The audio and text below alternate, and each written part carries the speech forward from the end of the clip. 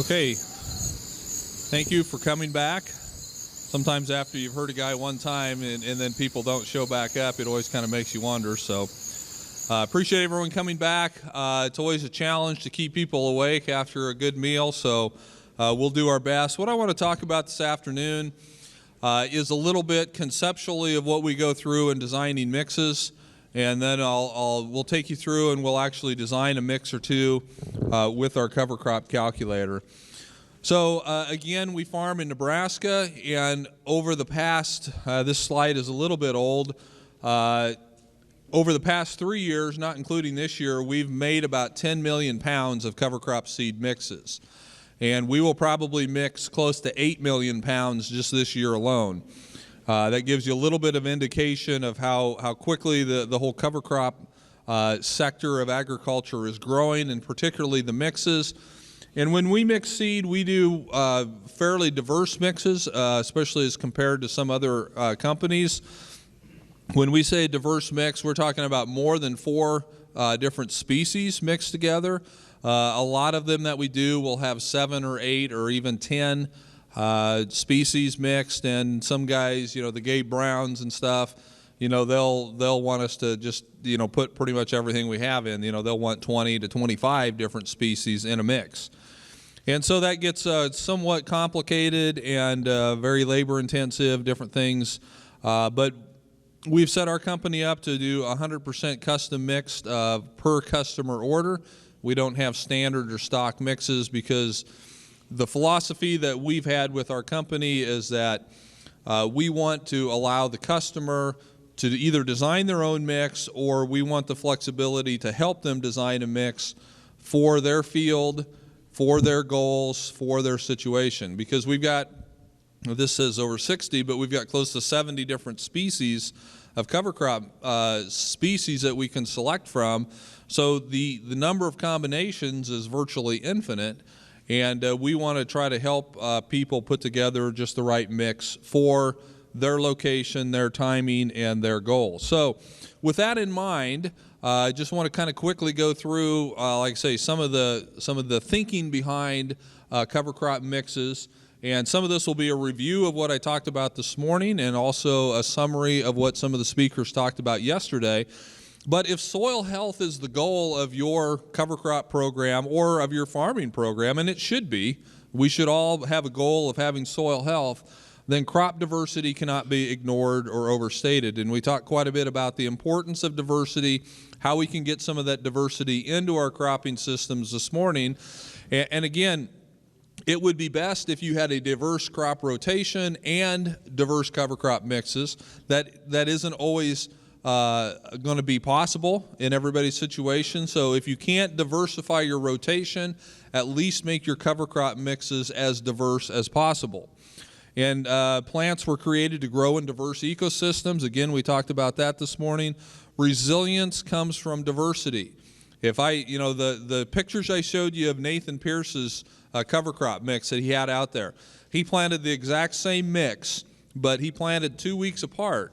And he's already seen significant differences. They look like they're 2 different mixes, simply because the environmental conditions of when those things were emerging and growing were different because they're 2 weeks apart. It looks like it's 2 different mixes, even though it was the exact same seed, because it all came out of the same truck. And that's what we say, the resilience of that cover crop mix is coming because of the diversity, because he's got 10 or 12 things in that. And so depending on if it's hot or whether it's cool or it's wet or it's dry, he's going to have something in there that's really going to work well, and then everything else will kind of fill in the gaps. And his 2 different fields, it may be 2 different things that are really working well, but there's going to be something there that really fits the weather pattern right. So it's very resilient because it's very diverse. We want a balanced diet for the soil biology, and we also want balance, because even good things like legumes and like brassicas, they're great for grazing, they're great for the soil, but when they're not used in a moderated balance, they can become harmful. If you have too rich of a feed ration out there, you can bloat the calves, you can kill the animals. So we want to be in balance.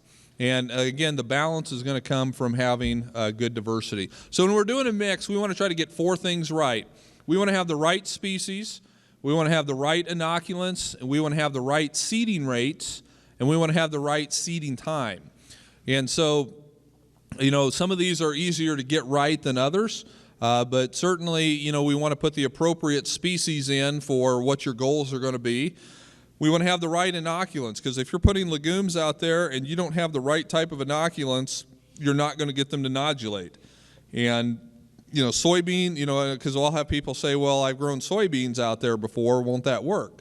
Well, it'll work if you're putting soybeans in your cover crop mix, but soybean rhizobia will not colonize the roots of peas. They will not colonize the roots of cowpeas or sun hemp or mung beans or clover. Each one of those legumes has a specific rhizobia that it allows to colonize its roots, and so you've got to get the right inoculants on there. We want to do the right seeding rates, and we had a discussion over lunch here about how do you determine what the right seeding rate is when you're doing these diverse mixes. Is it how many seeds per square foot or how many pounds per acre? And I'll address that later on of how we try to get that right. In the right seeding time. And again, that kind of goes back to the thing with the species, because when's the right time to plant a cover crop? Just about any time that you can get something to grow out there is the right time. And there will be something that will work in that window. And we'll talk about that a little bit too. So kind of number 1 and number 4 go together, because the right species oftentimes will depend upon the seeding time that you're doing. And we want to answer these 4 main questions. What are your goals? If you call us up and order a cover crop mix, the first thing we're going to ask you is, what do you want to try to accomplish? What's your goals for doing this cover crop mix? Because that, in large part, is going to determine what species that we would recommend that you do. What are your environmental conditions? What's your time frame? And what's the budget? And we're going to look at each of these 4 in a little bit more detail. So when it comes to looking at what your goals are, these are probably 8 of the most common goals that people will tell us they have for doing a cover crop mix. Soil health, grazing, increased fertility. Maybe you've got nitrogen there that your previous crop didn't totally use, so you want to capture and cycle that. You want to build additional residue or additional cover, suppress weeds, break up disease cycles. Erosion control is a huge one, especially the further east you go, the more rain you get, the more important that becomes. But it's certainly important even in western Kansas too. They're using cover crops as erosion control, and oftentimes for preventing wind erosion, even more so than water erosion. And compaction breaking is another one that we oftentimes, people will say, well, I've got compaction that I want to try to get broke up. So different things will work better or worse for these different goals. So that's why it's important that you kind of zero in on what you want to try to accomplish. Now, you can accomplish multiple ones at the same time, but there are certain ones of these that if you do one, it's going to be very difficult to do one of the other ones. So, for example, if you want to try to, number 3, increase your fertility by growing a lot of nitrogen with your legumes, it's going to be very difficult to accomplish that one and number 5 at the same time, because the more legumes you put in, the less long-lasting residue you're going to have, because those legumes are going to break down very quickly. It's all about the carbon-nitrogen ratio, and again, the calculator tool will kind of help you get that in balance.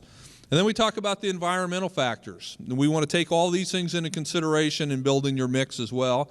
How much rainfall do you get? Can you irrigate? What's your evapotranspiration?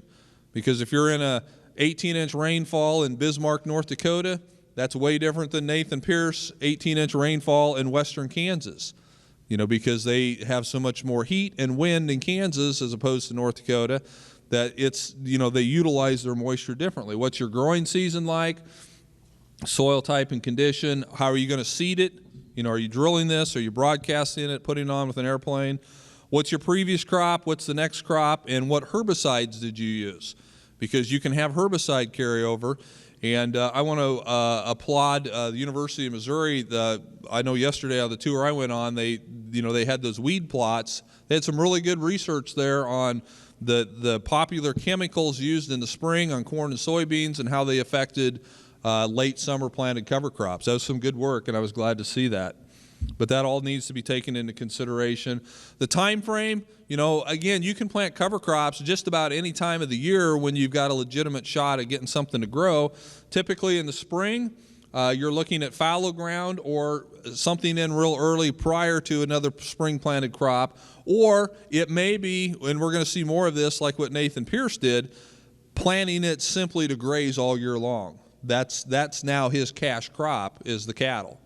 And so it's not really a cover crop as much as it is a forage crop, but it's accomplishing the same things. Those are typically going to have to be terminated either chemically or mechanically.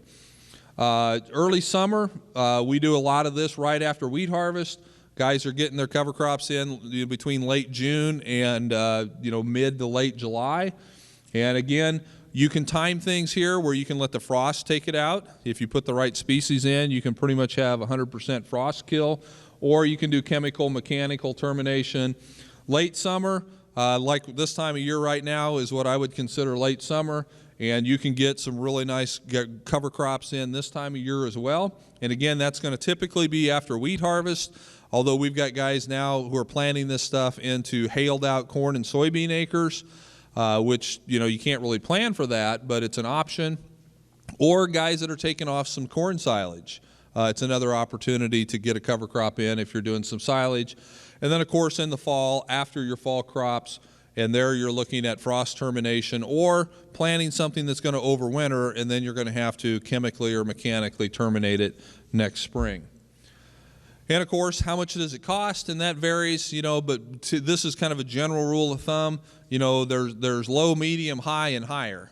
And, the low, less than $20 an acre, that's going to be relatively low seeding rates and very few legumes. The legumes are going to drive the price of a lot of your cover crop mixes because they tend to be some of the more expensive seeds.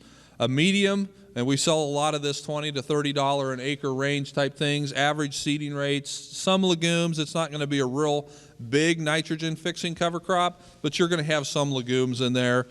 And then the higher rates, $30 to $40. We'll get into some of that, especially for guys that really want to push grazing. They want to do some real intensive grazing. They want some of the specialty things in there that are going to be higher in protein, higher in digestibility than some of the cheaper brassicas, and also higher percent legumes because they're wanting to push the protein levels up.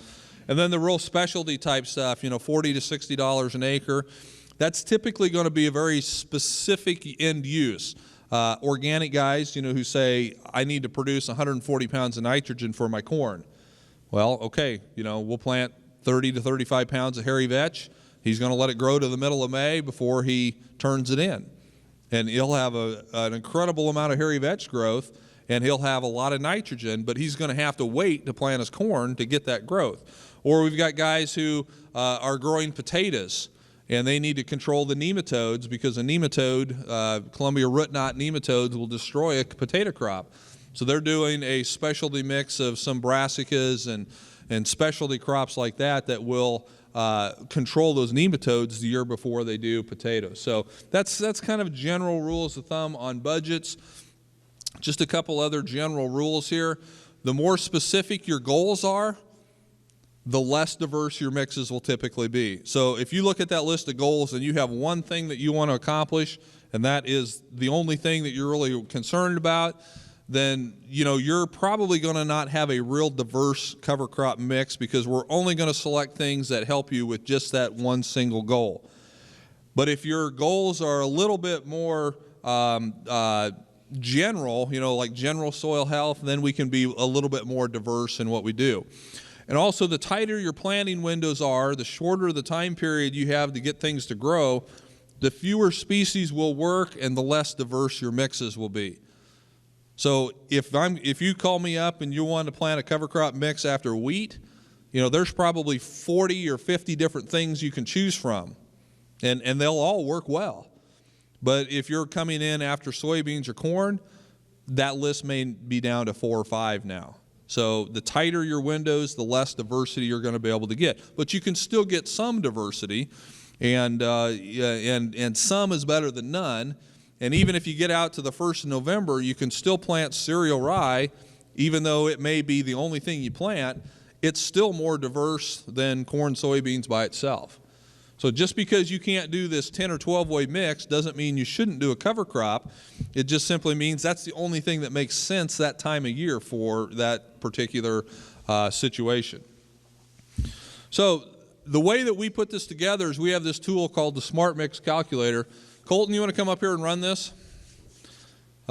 Most of you, many of you maybe have met Colton. He's out at our booth there. Colton is one of our top salesmen. He's about the only salesman we have besides me. But Colton is a Maryland native who went to school at Northwest Missouri State, fell in love with this area, fell in love with the local girl, and never went back to Maryland. So it should be open on Internet Explorer. So I'm going to have him kind of walk us through this as I kind of describe what we're doing.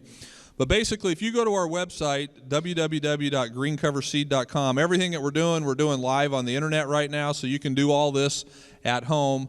I don't know. Why don't you go back and go back to the home page so they can see where that's at. Just, open up a new window. With this new version of the calculator, you have to have an account, but you can easily just establish your own account. And so there's two versions. What we're going to be showing you is the new version. The old version still works too, but it doesn't have as many of the features that we're going to show you here. So you simply click on that, and it's going to take you to a login screen. And if you don't have an account, you just click on where it says register right there. All it asks for is your email, and then you come up with a password. And then the next screen, you'll put in your address information and stuff like that. It's real simple to do. If you already have an account, then you can just go ahead and log in. So go ahead and log in with you can just go back to mine. Okay, now what you're going to see when you log in, let's see this pointer here. There's a lot of climate data in here, and so when you log in, it's going to know what your zip code is, and this is based on the information you gave it when you signed up. So it says based on your zip code of 68928, which is Bladen, Nebraska, average annual rainfall is 26.73. My first frost is around October 3rd. The last frost is around April 30th, and my plant hardiness zone is 5B. And this is all based on 30-year climate histories. Okay, so you may say, well, we don't get that anymore. Well, you may not, I don't know, but this is all based on 30-year historical averages. So we don't want to design a mix for Bladen, Nebraska. Let's go ahead and do Columbia, Missouri. What's the zip code here for Columbia? 65201. Okay, so when he types that in, changes it to Columbia, Missouri, and now it says your average annual rainfall is 43.4. Lucky dogs. First frost is 1023, so that's almost 3 weeks longer than mine, 2.5. And your last frost is around April 9th. So you've got about 2.5 to 3 weeks longer growing season on either side of the season than what I've got. You've got an extra 15 inches of moisture. Your plant hardiness zone is 6A. And all this climate information is going to go into helping us put together this mix that we're going to do. So right here, you can give it a name if you want. You can choose your bagging option, and this is if you want it put in bulk or totes or 50-pound sacks. The seeding method, how are you going to be putting this out there? Are you going to drill it? Are you going to broadcast with some sort of incorporation or just regular broadcast? We're going to drill this. What's your next cash crop going to be? Because we want to make sure the things that you put in your cover crop mix are not going to be detrimental or harmful to the next cash crop. So we're just going to do... Let's just do a fairly simple mix of, say we had wheat here, and we're going to be doing corn, coming back with corn next spring, because we can do a nice diverse mix. You can change how many acres you want to plant. It defaults to 100, but you can set that to whatever you want. And then you put in the seeding date. And the seeding date and the termination date are going to help the program calculate some of the numbers that it's going to come up with. So let's just say we're going to plant it today. Yeah, do you like that? That's Internet Explorer shows that map like that. It's kind of weird. Just type it in. Just put in 11 there instead of 8. And basically, the program is looking at, it knows what your frost date is. So if you're using any warm season species, it will take your average first frost date, and that will be the termination date for that species. So it's looking at every species that you choose individually And for the species that won't kill with the frost, it's going to look at the termination date that you set. And so we've got 92 days here, and we've got a bug here, Colton. What's that? Internet Explorer. If something doesn't work, we like to blame it on being Internet Explorer. And you laugh, but I don't know how many times I'll have people call and say, hey, this Smart Mix deal isn't working, I can't get logged in. And I'll say, let me guess, you're a government employee and you're running an old version of Internet Explorer on your computer because they won't let you upgrade. Yeah, how'd you know? Because it doesn't work. Yeah, I don't know why that growing degree. This is supposed to be calculating growing degree days here. We'll see if it does on the next page. And then we choose our goals. The goals, this is one of the most important things because it's going to be scoring all the different species. It's going to give each one of them a score as to how suitable it is. So let's do the price of cattle. Let's do supplemental grazing as our first goal. And then let's do increased soil organic matter. And then let's do let's do erosion reduction. Okay, so we've got our 3 goals. You don't have to choose 3 goals, but you have to choose at least one. So we click the next button, and it's going to take us to this page. Anyway, it gives us a summary again of our climate data here. The other thing that it's telling us is from our August 14th to November 14th here in Columbia, on a 30-year average, you get over 11 inches of rain just in that period of time. And I like to show that to people because oftentimes, and probably not so much out here as further west, they'll say, well, I don't have enough moisture to grow a cover crop because I need to save it for my next crop. But when you start looking at on a historical basis how much moisture you get in that period of time, most people can't hold that much in their soil anyway. And when you can't hold that much moisture in your soil, only bad things are going to happen. You'll get runoff, which will create erosion, or you'll get water just running down through your soil profile, which is going to leach nutrients away. So there's you just as well be using that moisture to grow something for the soil. So in this 92-day period, we got 1,259 growing degree days. This one I think is supposed to be calculating off base 40. Base 40 is what we use for cool season crops.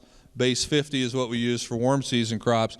And growing degree days, we're looking at that because we're trying to determine the species that we choose, what growth stage are they going to get to, because we're going to use that to calculate our carbon-nitrogen ratio. And so all this information here is going to change as we go through and we build this mix. This information will change and update, and this box right up here is all about the cost. And one of the unique things about this tool is that as you go through and you build a cover crop mix, it's going to give you a real-time accounting of what the cost is going to be, because this is using our actual products and our actual mixing cost and inoculant cost. So this will tell you exactly what this mix would cost if you get it from us. Now, you can use this tool and you don't have to buy seed from us. That's okay. We don't mind that. We don't have enough seed for everybody anyway, so we can't sell to everyone. But it's a good tool to use even if you're not buying seed from us. It kind of gives you a baseline of putting a mix together. So don't feel like you have to be our customer to use it. It's out there, it's free, it's for everybody to use. So let's go ahead and add some crops. So Colton's going to click on the legume button. Now we divide all the species that we have up into legumes, grasses, brassicas, and broadleaves. And legumes are listed first, but that doesn't necessarily mean they're the most important. That's the order that we put them in. So that has nothing to do with the goals that we chose or anything else. But when he clicks the choose box when within the legumes, now it has things ranked and it has them scored. And we've got some work to do on this yet. We don't have all of this where we necessarily want it. But these scores that are showing up here, 50% of that score is coming from how well does that species meet the goals that you have chosen. And it always gives more emphasis to goal number 1 than it does number 2, and number 2 is ranked higher than number 3. So 50% of the score comes from how well does it meet the goals. 40%. I think it's 40, 30, 30, isn't it? 40% comes from how well does it meet the goals. 30% comes from how well does that species, how well does it make sense with your next cash crop coming. So 30% of the score is coming on how well it matches up with the next cash crop, and 30% of the score is coming from how well does it make sense to plant this time of year in this plant hardiness zone. So if we're planting in September or October, the warm season crops are going to get scored very low because it doesn't make any sense to plant something that's going to grow 2 weeks and then die with the frost. So Colton, go ahead and just start picking some things out here. We got some things that are probably ranked higher than they should be and some things that are lower than they should be, and we need to, this winter we'll hopefully have some time to go in and kind of tweak these numbers a little bit to where we're more comfortable with them. But as he's putting things in here, you can see the species here. He's got cowpeas, and right here, this rate, basically what that is doing is it's saying if you were planting this as a cover crop in a monoculture, and that's all you were planting, this would be the recommended seeding rate. So cowpeas, it's saying if you're doing cowpeas by themselves, 60 pounds is the recommended seeding rate for this area. Now, if we were doing this for western Kansas, that number would be quite a bit different because, they get less than half your rainfall. So we don't want nearly as many plants out there in their situation. So, okay, let's hold it there. So based on this rate, now the zero here, this is how much we're putting into our cover crop mix. So if we got 60 pounds of cowpeas as a full rate, we may want to put, maybe 8 or 10 pounds in our mix. And again, this kind of depends on how many different species we want in the mix, but we'll go ahead and put 10 pounds in. Now, as we're doing this, it populates all these fields over here. This is telling me that this is a warm season broadleaf plant. I've got 17% of a full rate, and that's simply what 10 divided by 60 is 17%.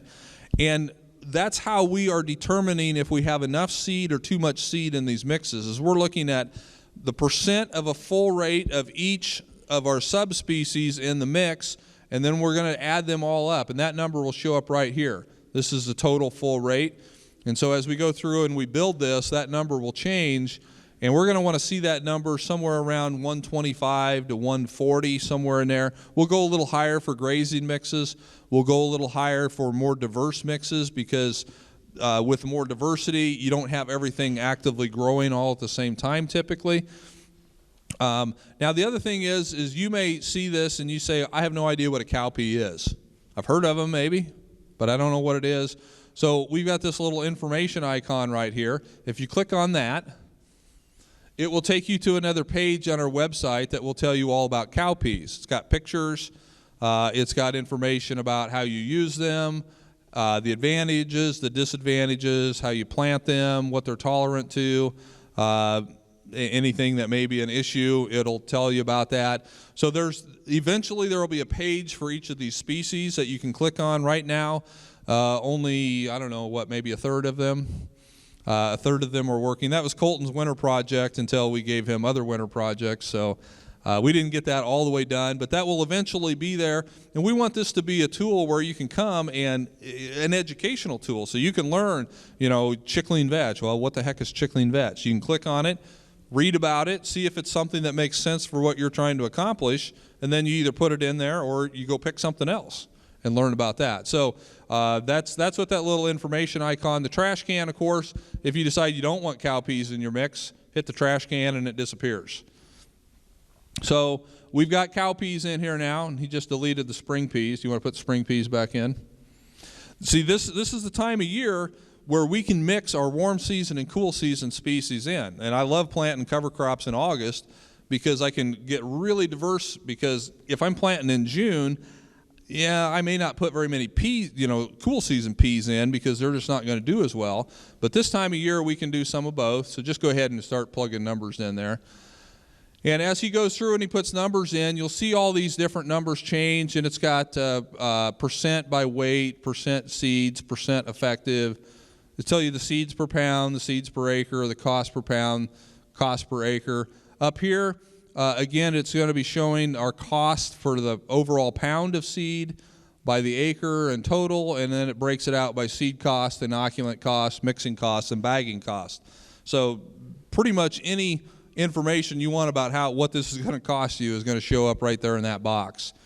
So he's putting in cowpeas, spring peas, putting in some spring forage barley, putting in some pearl millet.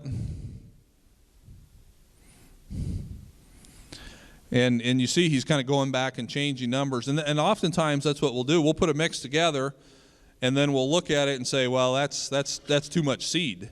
You know, we're at 175%. We need to back off something. Or we'll look at it and see that it's, $40 an acre, and we know the customer, they've got about $30 an acre budgeted. So then we need to go back and we need to pick some different things to kind of get the cost down, even though it may come at an expense of maybe not being quite as good at grazing. Or, we may have to pull some of the legumes out, so it's not going to be as high of a nitrogen fixing crop. But that's, a decision that they made, that's where they want to be budget-wise. So anyway, as you go through and you build these numbers up here are going to be changing. The nitrogen fixing, I'll talk about carbon-nitrogen ratio in a little bit here. All these others are on a scale of 1 to 10, with 1 being the lowest and 10 being the highest. So nitrogen fixing, it's just giving a rating of how well does that mix fix nitrogen as compared to another mix that you might choose. Now, 1.1 is not saying it's going to produce 1.1 pounds an acre of nitrogen. It's just saying that this is not a very good mix for fixing nitrogen because we have relatively low percentages of legumes here. It's a 6 out of 10 on grazing, and we'll want to see that number even higher because grazing was our #1 goal, so we're going to want to have that, probably 8 or above. And then it's just got ratings for drought tolerance, frost hardiness, winter hardiness, a diversity score, and a salinity score. How well will it do in a saline soil? And again, those are all on a 1 to 10 scale. So if you got something that's a 9 or a 10, you're really doing well in that particular category. No, the question was, are you talking about that temporary populate button? Or there is no button that you can push that makes your mix for you based on the goals and stuff that you chose. And, we talked about doing that, but again, we really feel strongly about the person building the mix needs to have some ownership in it. And so this is not a real easy tool to use if you know nothing about cover crops. I will fully admit that. But it's a tool that you can use to teach yourself about a lot of these different things. And so oftentimes what we will do is we will do this for the customer and then send it to them so they can look at it. And then a lot of times what we'll find is we may do that the first year or the second year, but by the third year, they're doing it themselves and sending it to me saying, hey, this is what I want. We haven't had a, push this button and it will design a mix based on your goals, simply because there's still, there's like 15 or 16 legumes that fit the profile for the goals that we chose. So I don't want to be responsible for choosing those legumes for your mix without having you have that input into it. Yeah, go ahead, Rob. Well, Keith, I think one of the advantages of this mixer you've designed is that people can get a feel for seed prices. So you can go in here and realize maybe adding, as you said earlier, that legume is going to make it too exorbitantly expensive. So it's a good way for people to get a feel for how seed rate and price. Yeah, and much of the learning comes in the process of putting something in and then taking it back out, or adding to it, or taking pounds away. We eventually probably will have some suggestions. We've had that on our website before. So if you want a grazing mix for the summer, try and we may have 6 legume choices and 4 grass choices, and try selecting from species within this subset type thing. We're not quite there yet. So what he's got right now is he's got a mix. He's got 6 different things in it. And you can see what he's got here: cowpeas, spring peas, millet, oats, turnips, and collards. And it's still pretty low in nitrogen fixing, but that's okay because producing nitrogen was not one of my goals. He's got grazing to a 10. This is going to be a really good grazing mix. Decent drought tolerance, all these other numbers here. The percent of a full rate now is 122. And we would look at that number and we'd say, that's pretty close to where we want to be.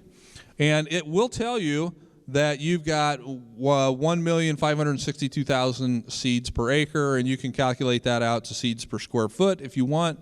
But we're not looking so much at pounds per acre and seeds per acre as much as we're looking at this percent of a full rate. Now, we get a lot of seeds in here because turnips and collards are very small seeded.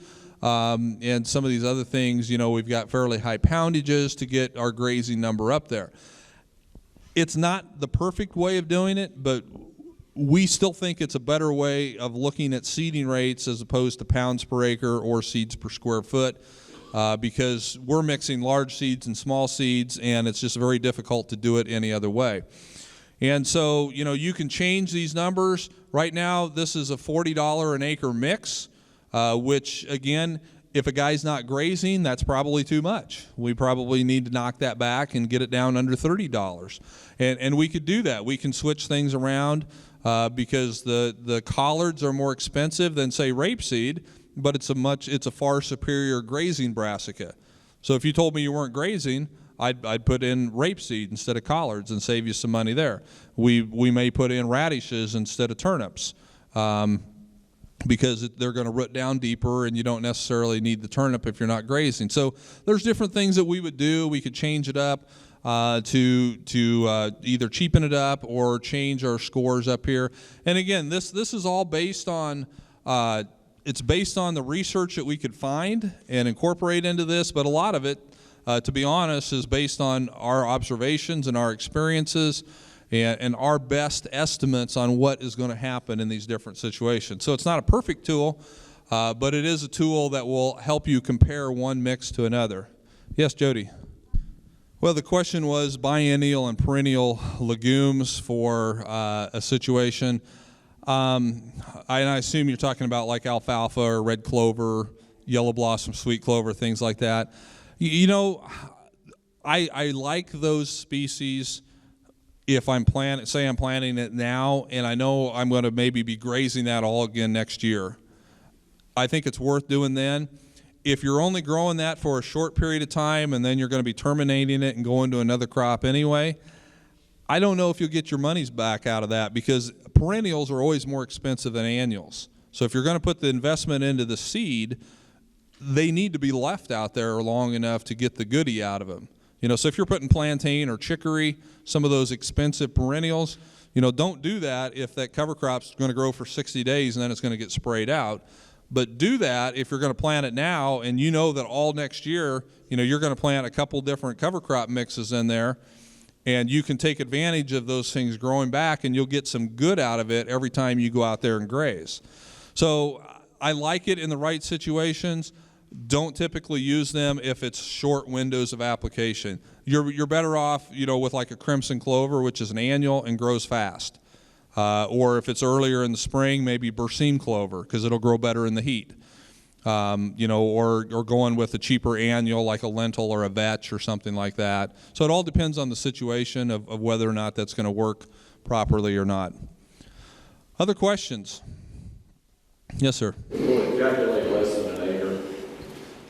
Yeah, probably. I don't know, does it? We don't like doing mixes for less than an acre. Yeah. Now, what you'll notice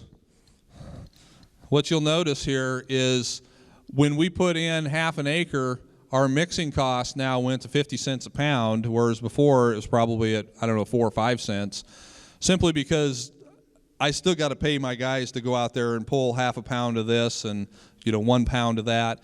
And we have another online system. If you're doing small things, you can just order like 2 pounds of this and a pound of that and don't have to pay the mixing charge. We'll just send it to you and you mix it yourself type thing. But yeah, it'll calculate there. Like I say, it's not our preferred method. But other questions?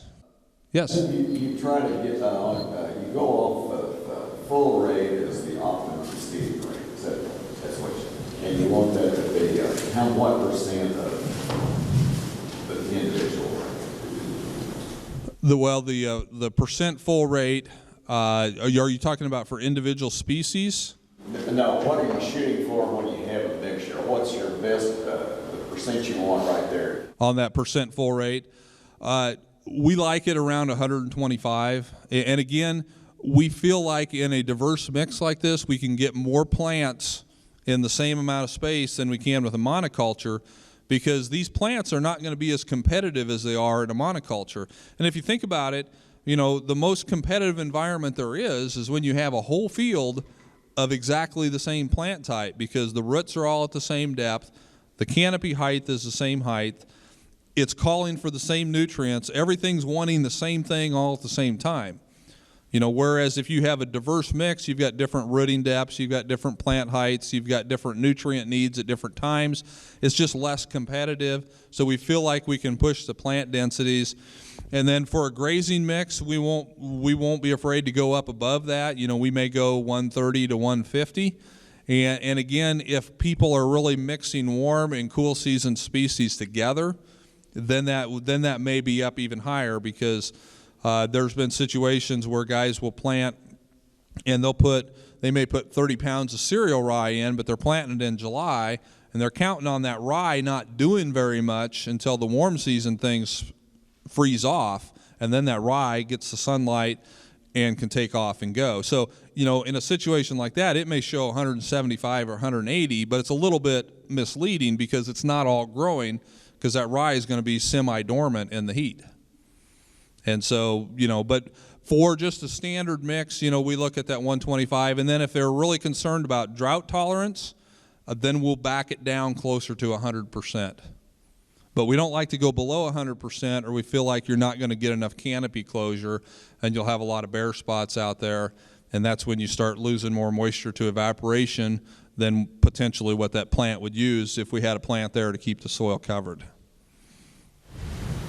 So between 125 and 200% was kind of going to catch. Yeah, 125 is going to catch most. Like say, when you start going up above that, you better kind of have a specific reason to. Otherwise, you may just be putting more seed out there than what you really need. Colton, do you have other thoughts? You've used this as much as anybody. Work in progress. It's a work in progress, yeah. And like I say, it's kind of neat. You know, my son's doing it, but at the same time, it's going slower than what we'd like, because because it's not his full-time job, and frankly we can't afford to have somebody on it full-time right now. But it is a work in progress. If you've got suggestions of other things that you think should be incorporated, feel free to give those to us. We've got a whole list of things that we want to put in, and we'll take it to the programming team, and they say, "You want to do what?" But yes. Yeah, the question was, do we get any feedback on how well this worked for designing a mix for a particular area? Yeah, we do sometimes. Usually when it's wrong. They'll let us know if they don't think it's right. But we need that. We need that feedback, because we need to go in and adjust some things if it's not working right.